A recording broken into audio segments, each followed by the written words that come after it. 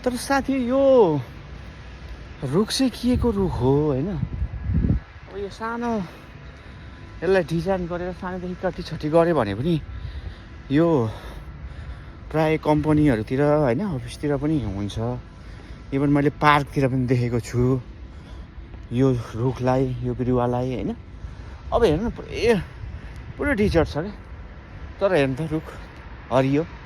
यो 45-50 डिग्रीको गर्मीमा पनि यो तरिकाको हरियो। न यसलाई त्यतिको पानीको आवश्यकता छ, न मलको आवश्यकता छ। अब यो तलतिर माटो यो तरिकाको छ नि, यो तरिकाको माटो छ। यो तरिकाको माटोमा पनि टक्क यो तरिकाको हरियाली हेर्दाखेरि यो चाहिँ ज्यात्रै रुख जस्तो लाग्यो मलाई। स्पेसल्ली यो रमल यो डिजर्टमै स्पेसल्ली हुने यहीँको लागि नै यो उम्रेको हो कि जस्तो लाग्छ क्या। पुरै डिजर्ट छ हेर्नु, पुरै डिजर्ट छ। अब पानीको अब यसले पानी कहिले त्यति देख्ला र होइन, तर पनि हरियाली छ क्या। तर म्याक्सिमम् यो चाहिँ जताततै हुन्छ क्या। यो भयो यतातिर यो पुरै अब त्यो हेर्नु सबै रुखै रुख। अब यिनीहरूलाई पानी न माटो न मल, त्यत्तिकै बालुवामाथि पनि चट्ट दामी छ क्या।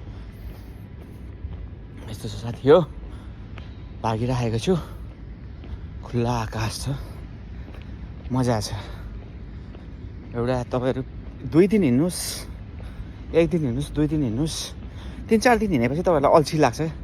तर थाकेको महसुस गर्नुहुन्छ, अब नसकिने रहेछ, गर्मी रहेछ, अल्छी लाग्छ होइन। तर तपाईँ 1 हप्ता गर्नुहोस्, 1 महिना गर्नुहोस्, त्यस पछाडि तपाईँलाई 1 दिन तपाईँ बाहिर वकिङमा निक्लिनु भएन भनेदेखि तपाईँलाई आफैलाई अनकम्फर्टेबल फिल हुन्छ क्या तपाईँहरूलाई। मैले आज कता के गरिनँ, म के खाइनँ, मैले के गर्न बिर्सेँ जस्तो फिल हुन्छ। तर यो कुरालाई निरन्तरता चाहिँ दिन सक्यो भनेदेखि स्वास्थ्य त अब स्वास्थ्यलाई त्यतिकै पनि वकिङ गरेपछि केही कुराको फाइदा त हुन्छ।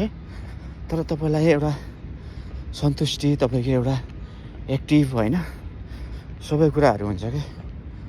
यस्तै छ गाइज, हिँडिएको छ, रोड पुरै खाली होइन।